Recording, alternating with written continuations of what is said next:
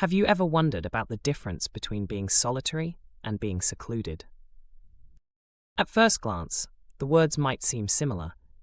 They both involve being alone in some way.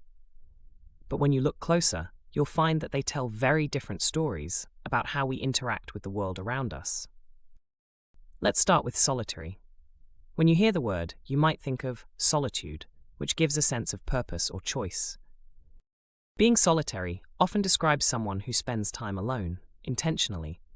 It's about independence, self-reliance, or even a personal preference for a quieter, more introspective way of living. Think of a writer working in their cozy home office, sipping on coffee while crafting stories in silence. They're not running away from anything. They're simply thriving in a space where they can focus and create without distractions. Solitude can be empowering.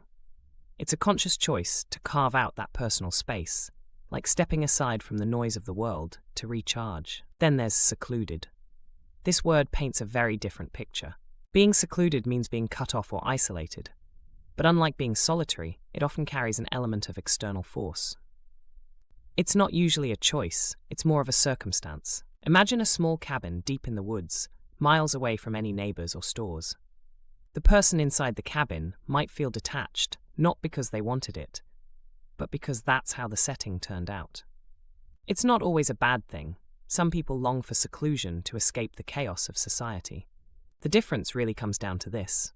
Being solitary is about autonomy, while being secluded is about disconnection. One is actively chosen, the other is passively experienced. Now let's think about the emotions tied to these ideas. Solitude can feel peaceful or refreshing. It lets us reflect, recharge, and explore our inner world. But if you're not prepared for it, or if it stretches on for too long, solitude can turn lonely. Seclusion, on the other hand, can feel isolating right from the start.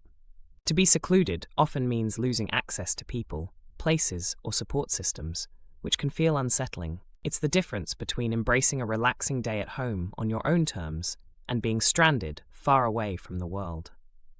Solitary means being alone and away from other people. It can feel like you are in a desert, experiencing deep loneliness. A solitary place is one where you feel isolated. In another way, a secluded spot is like being on a beach where you can't see much in the distance. When you find yourself in a secluded area, it can also give you a solitary feeling. Secluded means being separated from others.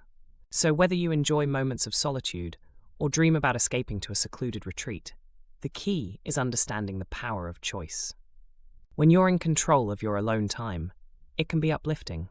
But when the world cuts you off, it takes effort to stay happy and connected. Solitary or secluded, it's all about how you frame the experience.